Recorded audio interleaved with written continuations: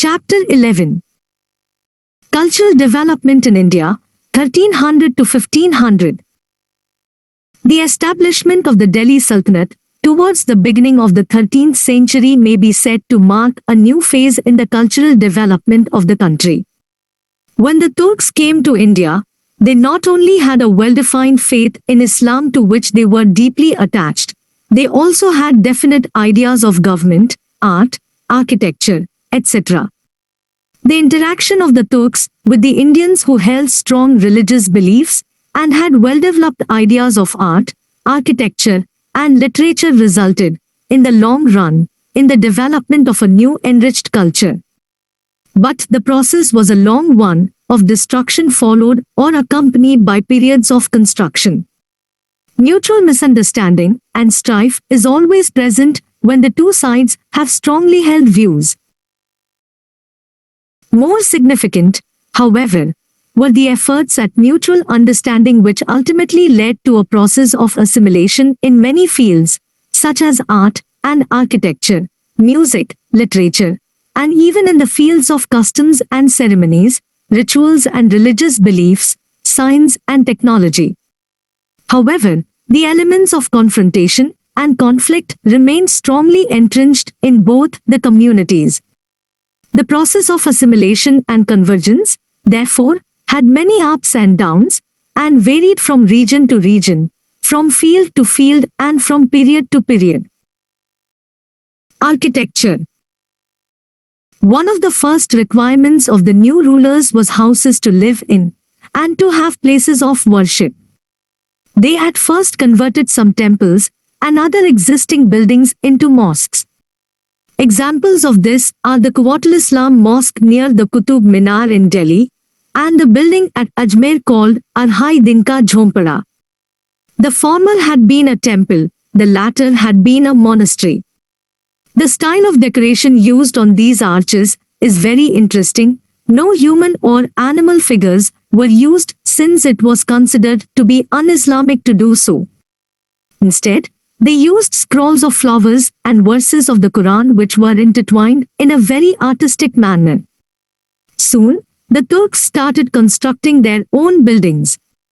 For this purpose they mostly used the indigenous craftsmen, such as stonecutters, masons, etc., who were famous for their skills.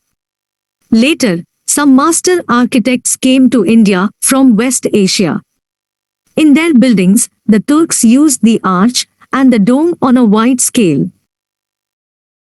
Neither the arch nor the dome was a Turkish or Muslim invention. The Arabs borrowed them from Rome through the Byzantine Empire, developed them, and made them their own. The use of the arch and the dome had a number of advantages. The dome provided a pleasing skyline. The arch and the dome dispensed with the need for a large number of pillars to support the roof, and enabled the construction of large halls with a clear view. Such places of assembly were useful in mosques as well as in palaces. However, the arch and the dome needed a strong cement, otherwise the stones could not be held in place. The Turks used fine quality light mortar in their buildings. Thus, new architectural forms and mortar of a superior kind became widespread in North India with the arrival of the Turks. The arch and the dome were known to the Indians earlier, but they were not used on a large scale. Moreover, the correct scientific method of constructing the arch was rarely employed. The architectural device generally used by the Indians consisted of putting one stone over another, narrowing the gap till it could be covered by a coping stone, or by putting a beam over a slab of stones. The Turkish rulers used both the dome and arch method as well as the slab and beam method in their buildings. In the sphere of decoration, the Turks eschewed representation of human and animal figures in their buildings.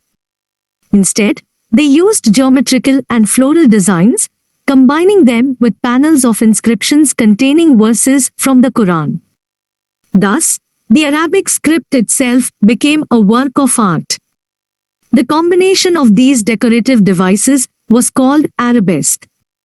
They also freely borrowed Hindu motifs such as the bell motif, swastika, lotus, etc. Thus, like the Indians, the Turks were intensely fond of decoration. The skill of the Indian stonecutters was fully used for the purpose. The Turks also added color to their buildings by using red sandstone. Yellow sandstone or marble was used in these buildings for decoration and to show off the color of red sandstone.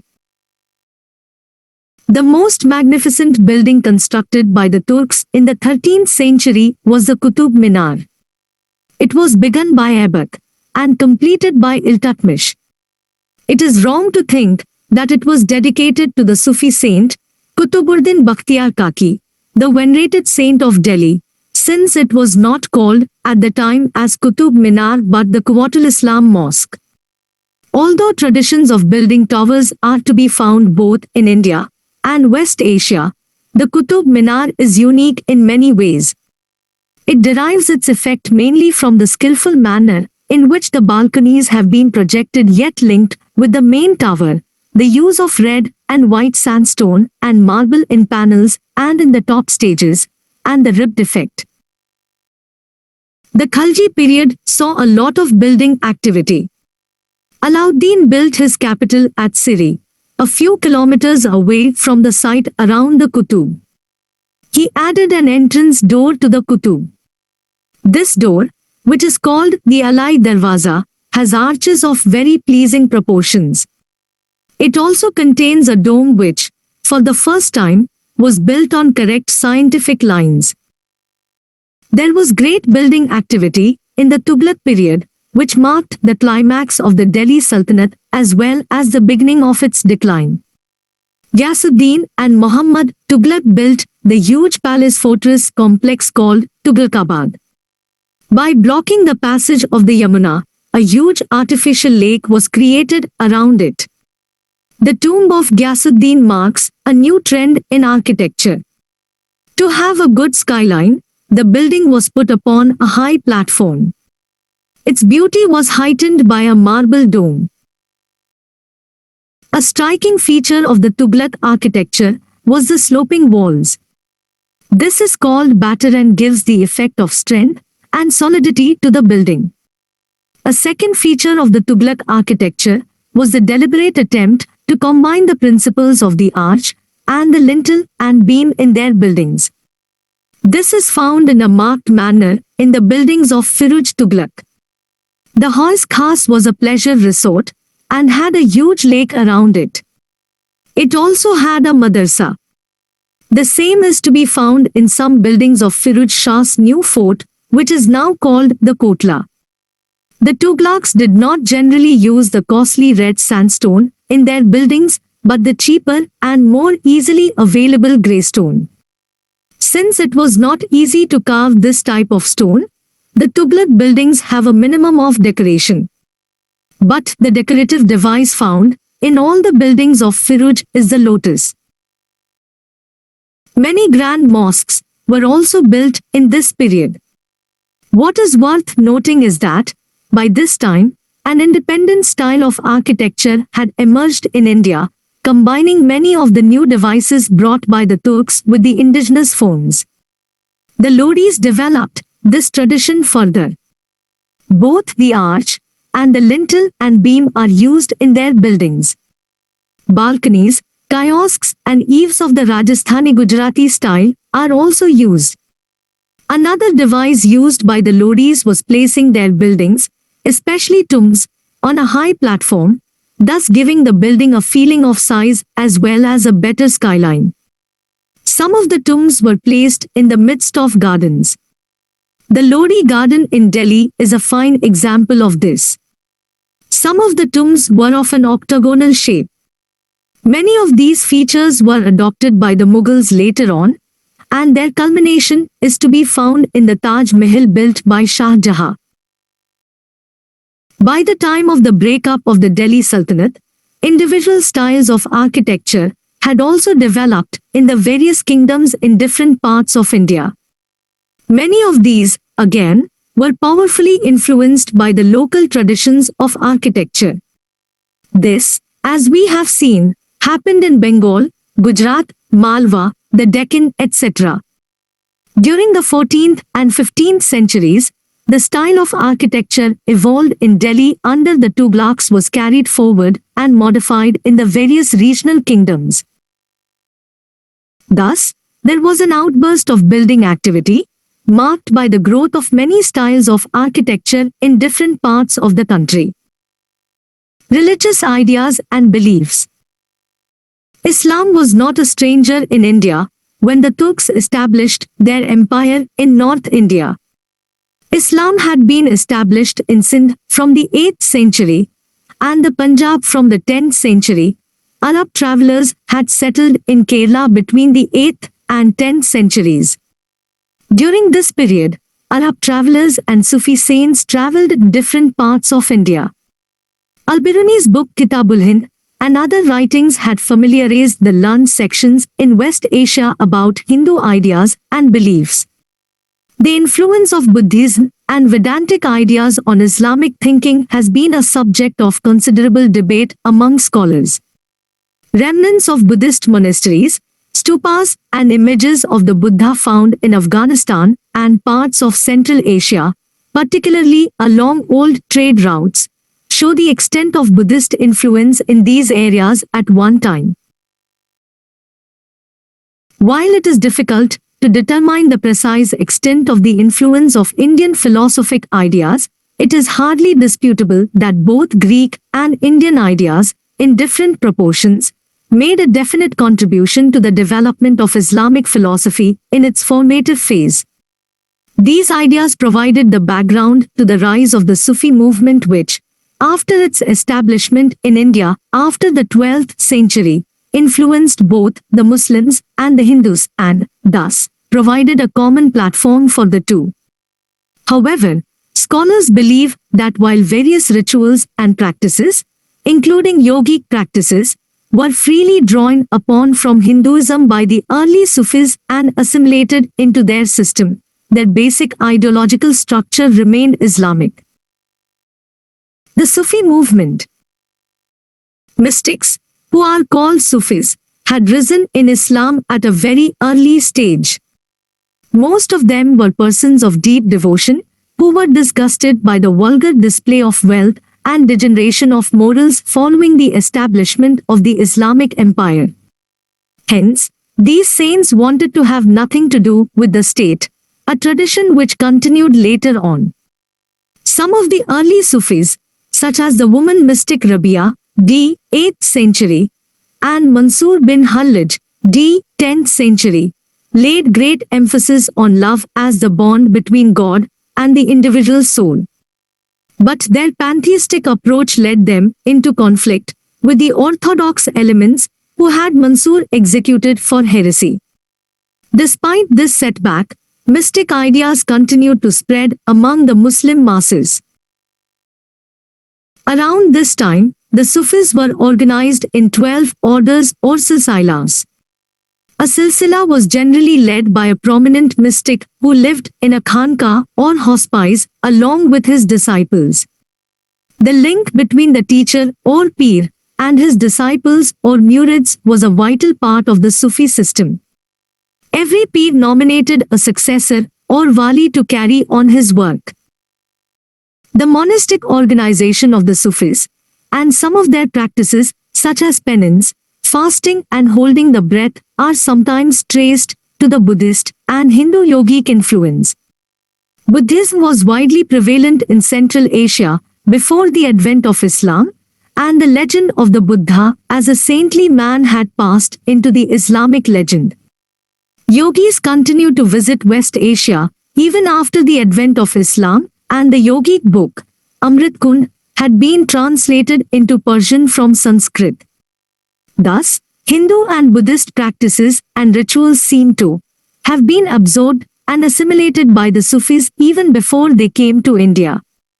Whether Buddhist philosophic ideas and Vedantist ideas had, in a significant manner, influenced Sufism is a matter of controversy. The origin of ideas is difficult to trace. The Sufi saints and many modern thinkers trace the Sufi ideas to the Quran.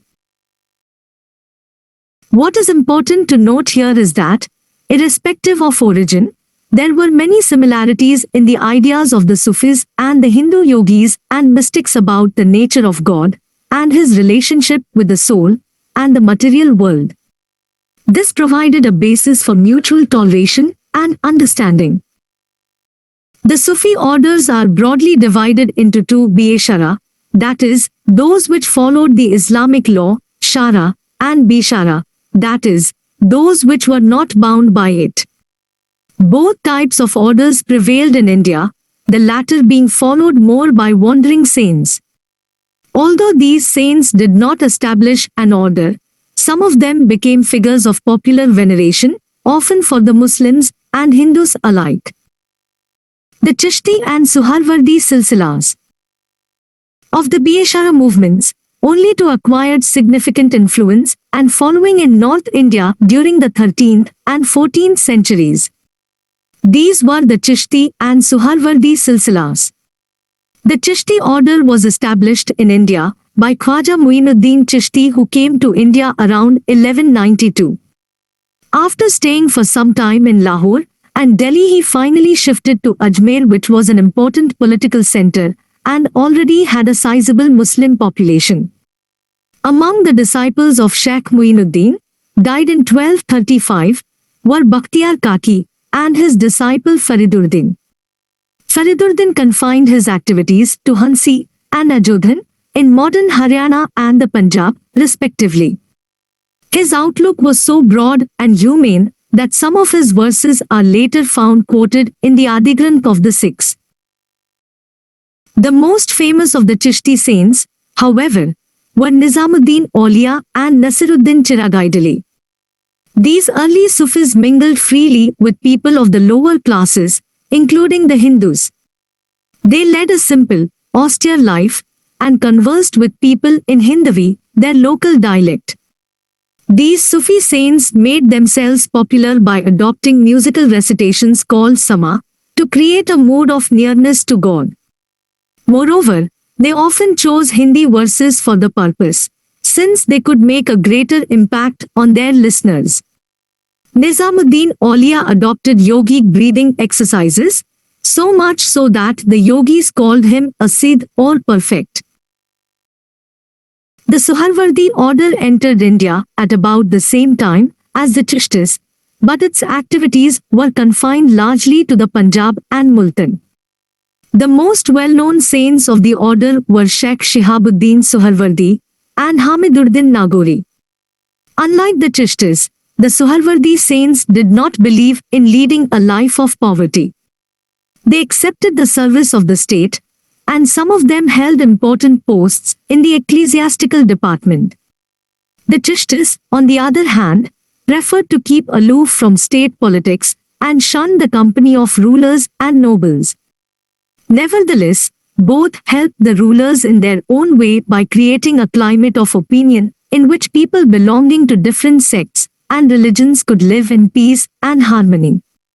While Mecca remained the holy of holies, the rise of popular saints provided a useful point of veneration and devotion to the mass of Muslims within the country. The Bhakti Movement. The Bhakti Movement, which stressed mystical union of the individual with God, had been at work in India long before the arrival of the Turks. Although the seeds of bhakti can be found in the Vedas, it was not emphasized during the early period. The idea of the adoration of a personal God seems to have developed with the growing popularity of Buddhism. During the early centuries of the Christian era, under Mahayana Buddhism, the Buddha began to be worshipped in his gracious, Avalokita, form. The worship of Vishnu developed more or less at the same time. When many of the holy books, such as the Ramayana and the Mahabharata, were rewritten during the Gupta times, Bhakti was accepted, along with Jnana and Karma, as one of the recognized roads to salvation. However, The development of popular bhakti took place in South India between the 7th and the 12th century.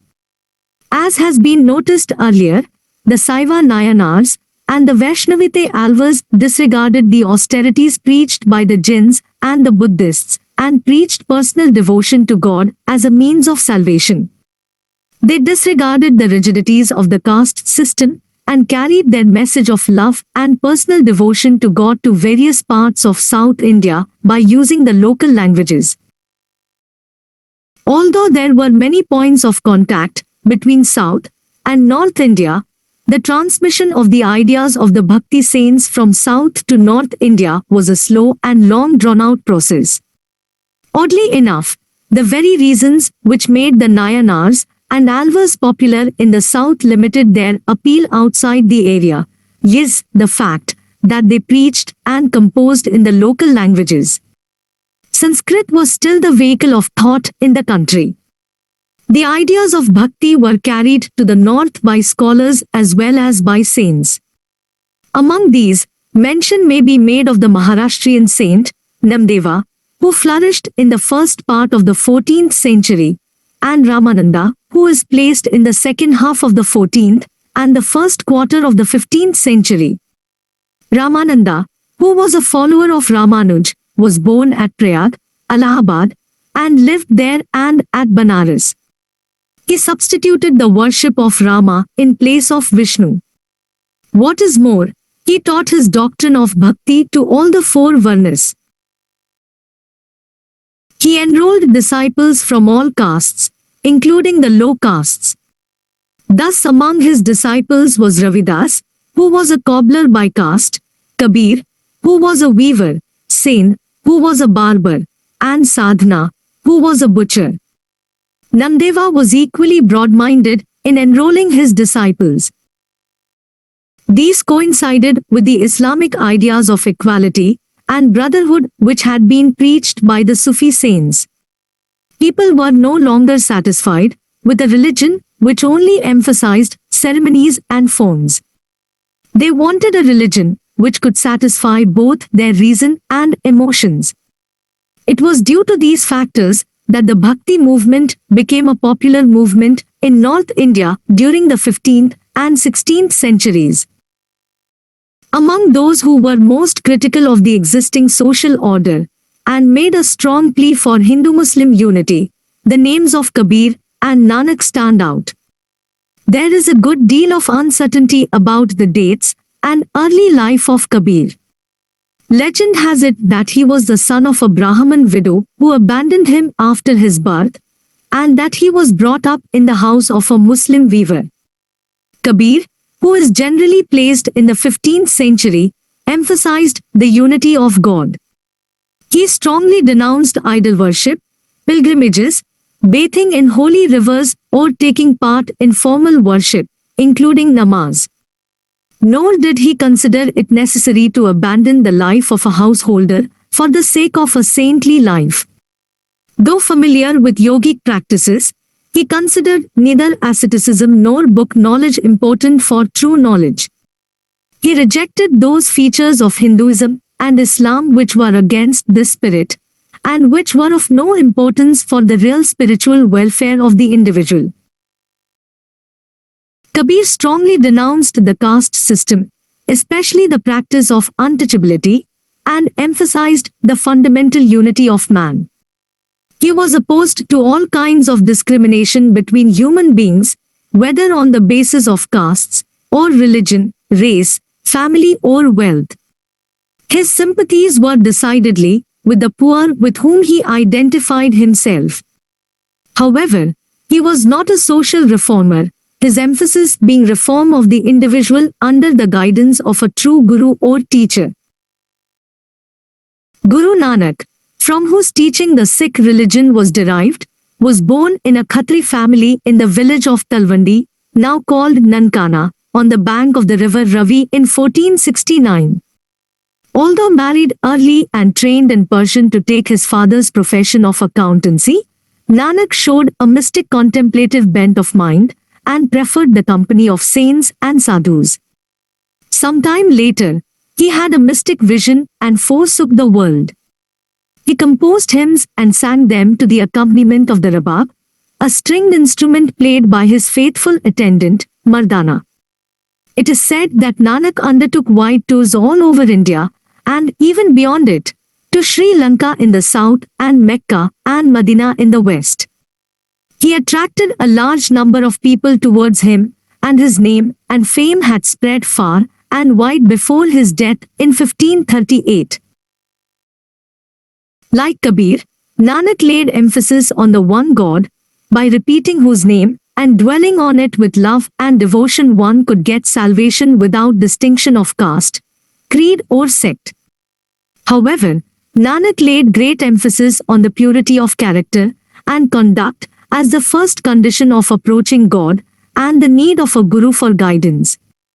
Like Kabir, he strongly denounced idol worship, pilgrimages, and other formal observances of the various faiths. He advocated a middle path in which spiritual life could be combined with the duties of the householder. Nanak had no intention of founding a new religion. In course of time, the ideas of Nanak gave birth to a new creed, Sikhism, while the followers of Kabir shrank into a sect, the Kabir Panthis. The importance of the mission of Kabir and Nanak should, however, be assessed from a broader point of view. They created a climate of opinion which continued to work through the succeeding centuries. At the same time, orthodox elements mustered behind the defense of the old faith, which was redefined to meet the new challenge. The struggle between these two broad trends, one liberal and non-sectarian, the other orthodox and traditional, was at the heart of the intellectual and religious controversies during the 16th, 17th, and 18th centuries. It is this continuing struggle which shows that the impact of the ideas and concepts put forward by Kabir, Nanak, and others of the same way of thinking was by no means insignificant. The Vaishnavite movement. Apart from the non-sectarian movement led by Kabir and Nanak, the Bhakti movement in North India developed around the worship of Rama and Krishna, two of the incarnations of the god Vishnu. The childhood escapades of the boy Krishna and his dalliance with the milkmaids of Gokul, especially with Radha, became the themes of a remarkable series of saint poets. They used the love between Radha and Krishna in an allegorical manner to depict the relationship of love in its various aspects between the individual soul and the supreme soul. Like the early Sufis, Chaitanya popularized musical gathering or kirtan as a special form of mystic experience in which the outside world disappeared by dwelling on God's name. According to Chaitanya, worship consisted of love and devotion and song and dance, which produced a state of ecstasy in which the presence of God could be realized. Such a worship could be carried out by all, irrespective of caste or creed.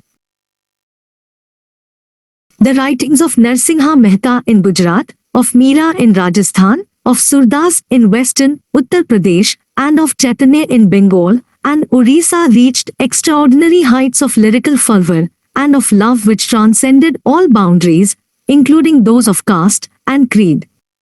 These saints were prepared to welcome into their fold everyone, irrespective of caste or creed. This is seen most clearly in the life of Chaitanya. Born and schooled in Nadia, which was the center of Vedantic rationalism, Chaitanya's tenor of life was changed when he visited Gaya at the age of 22 and was initiated into the Krishna cult by a recluse. He became a God-intoxicated devotee who incessantly uttered the name of Krishna. Chaitanya is said to have traveled all over India, including Vrindavan, where he revived the Krishna cult. But most of his time was spent at Gaya. He exerted an extraordinary influence, particularly in the eastern parts of India, and attracted a wide following, including some Muslims and people from the low castes. He did not reject the scriptures or idol worship, though he cannot be classified as a traditionalist. All the saint poets mentioned above remained within the broad framework of Hinduism. Their philosophic beliefs were a brand of Vedantic monism, which emphasized the fundamental unity of God and the created world. The Vedantist philosophy had been propounded by a number of thinkers, but the one who probably influenced the saint poets the most was Vallabha, a Telang Brahmin, who lived in the last part of the 15th and the early part of the 16th century. The approach of these saint poets was broadly humanistic. They emphasized the broadest human sentiments, the sentiments of love and beauty in all their forms. Like the other non-sectarians, they were not able to make an effective breach in the caste system. However, they softened its rigor and built a platform for unity which could be apprehended by wider sections. During the 15th century, the monastic ideas of the great Arab philosopher Ibn Arabi became popular among broad sections in India. Arabi had been vehemently denounced by the orthodox elements and his followers persecuted. Thus, in his opinion, the different religions were identical. Arabi's doctrine of unity of being is known as Tawhid-i-Wujudi, unity of being. This doctrine kept gaining popularity in India and became the main basis of the Sufi thought before the time of Akbar. Contact with yogis and Hindu saints went a long way in popularizing the concept of pantheism.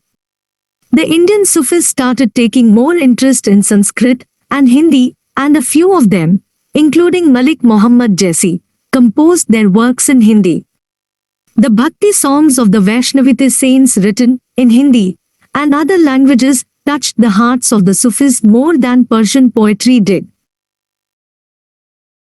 The use of Hindi songs became so popular that an eminent Sufi, Abdul Wahid Bilgrami, wrote a treatise Hakeka Hindi in which he tried to explain such words as Krishna, Murli, Gopis, Radha, Yamuna, etc. in Sufi mystic terms. Thus, during the 15th and the early part of the 16th century, the Bhakti and the Sufi saints had worked out in a remarkable manner a common platform on which people belonging to various sects and creeds could meet and understand each other. This was the essential background to the ideas of Akbar and his concept of Tawhid or unity of all religions. Literature and fine arts. Sanskrit literature. Sanskrit continued to be a vehicle for higher thought and a medium for literature during the period under review. Following the great Sankara, works in the field of philosophy by Ramanuj, Madhva, Vallabha, etc. continued to be written in Sanskrit. The speed with which their ideas were widely disseminated and discussed in different parts of the country showed the important role which Sanskrit continued to play during the period. There was a network of specialized schools and academies in different parts of the country, including areas under Muslim domination. In fact, many of them took advantage of the introduction of paper to reproduce and disseminate older texts.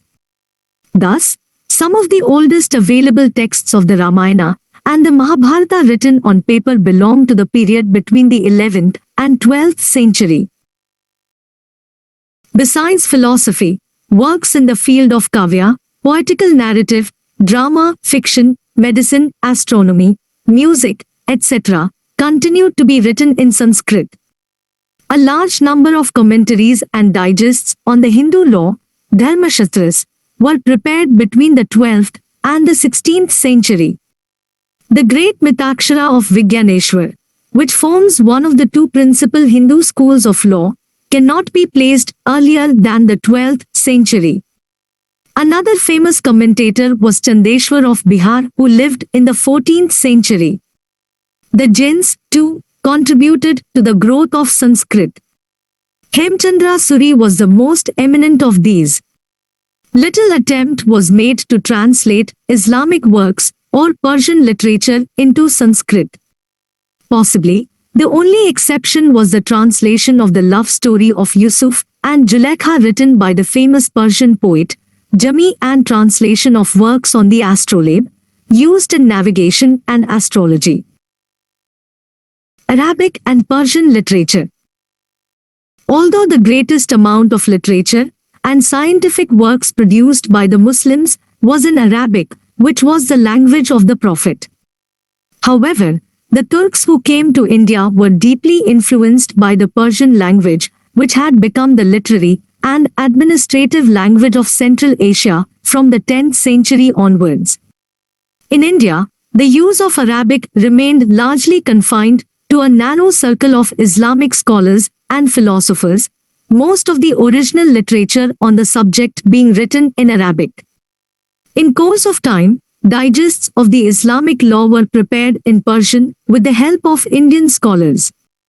The most well-known of these were prepared in the reign of Firuz Tughlaq.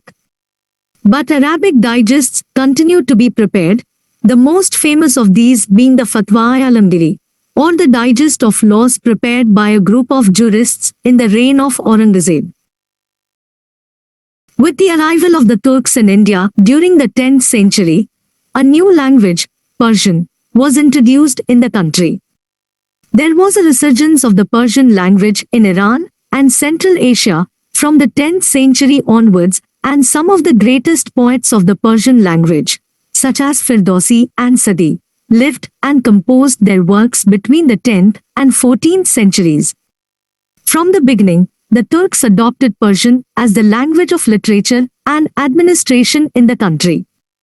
Thus, Lahore emerged as the first center for the cultivation of the Persian language. However, the most notable Persian writer of the period was Amir Khusro. Born in 1252 at Patiali, near Badayu in western Uttar Pradesh, Amir Khusro took pride in being an Indian. Khusro wrote a large number of poetical works, including historical romances. He experimented with all the poetical forms and created a new style of Persian which came to be called the Sabakai Hindi or the style of India. Khusro has praised the Indian languages, including Hindi, which he calls Hindavi. Some of his scattered Hindi verses are found, though the Hindi work, Khalik Bari, often attributed to Khusro, was in all probability the work of a later poet of the same name. He was also an accomplished musician and took part in religious musical gatherings, Sama, organized by the famous Sufi saint, Nizamuddin Aulia. Khusro, it is said, gave up his life the day after he learnt of the death of his Pir, Nizamuddin Aulia, 1325. He was buried in the same compound. Apart from poetry, a strong school of history writing in Persian developed in India during the period. The most famous historians of this period were Ziauddin Barni, Afif, and Ismi. Thus, Sanskrit and Persian, in the main, functioned as linked languages in the country in politics, religion, and philosophy, as well as being means of literary productions. At first, there was little interchange between the two. Zia Naqshbandi, died in 1350, was the first to translate into Persian Sanskrit stories which were related by a parrot to a woman whose husband had gone on a journey.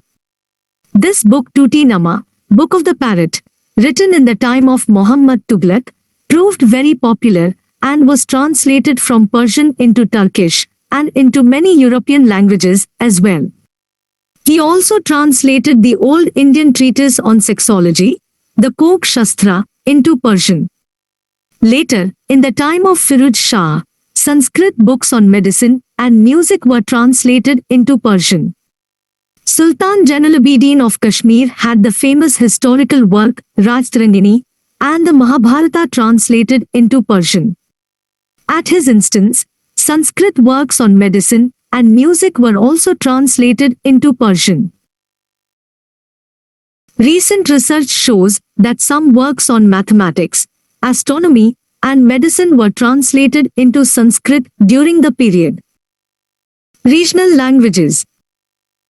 During this period, literary works of high quality were produced in many of the regional languages as well.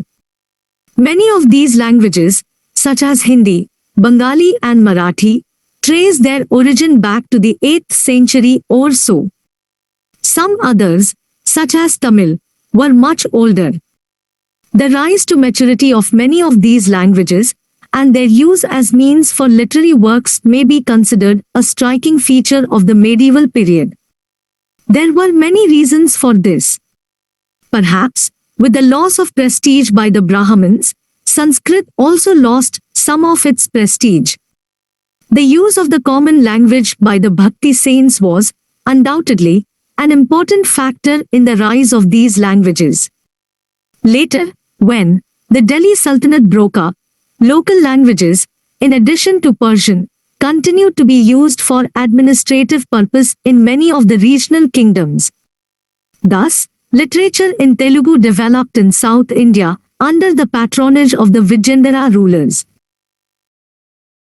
Marathi was one of the administrative languages in the Bahmani kingdom and later at the court of Bijapur.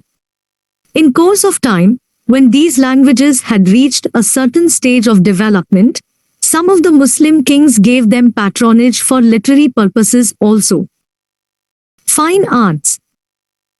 When the Turks came to India, they inherited the rich Arab tradition of music which had been further developed in Iran and Central Asia. They brought with them a number of new musical instruments, such as the rabab and sarangi, and new musical modes and regulations. Systematic contact between the two began in India under the Sultanate. We have already referred to Amir Khusro. Khusro, who was given the title of Nayak or master of both the theory and practice of music, introduced many Perso-Arabic airs, ragas, such as Emin, Ghora, Sanam, etc. He is credited with having invented the sitar, though we have no evidence of it.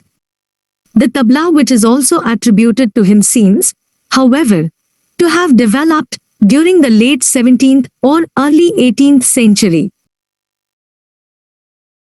The process of integration in the field of music continued under Firuz, who used to listen to music every Friday after namaz. The Indian classical Rok Ragdarpan was translated into Persian during this reign.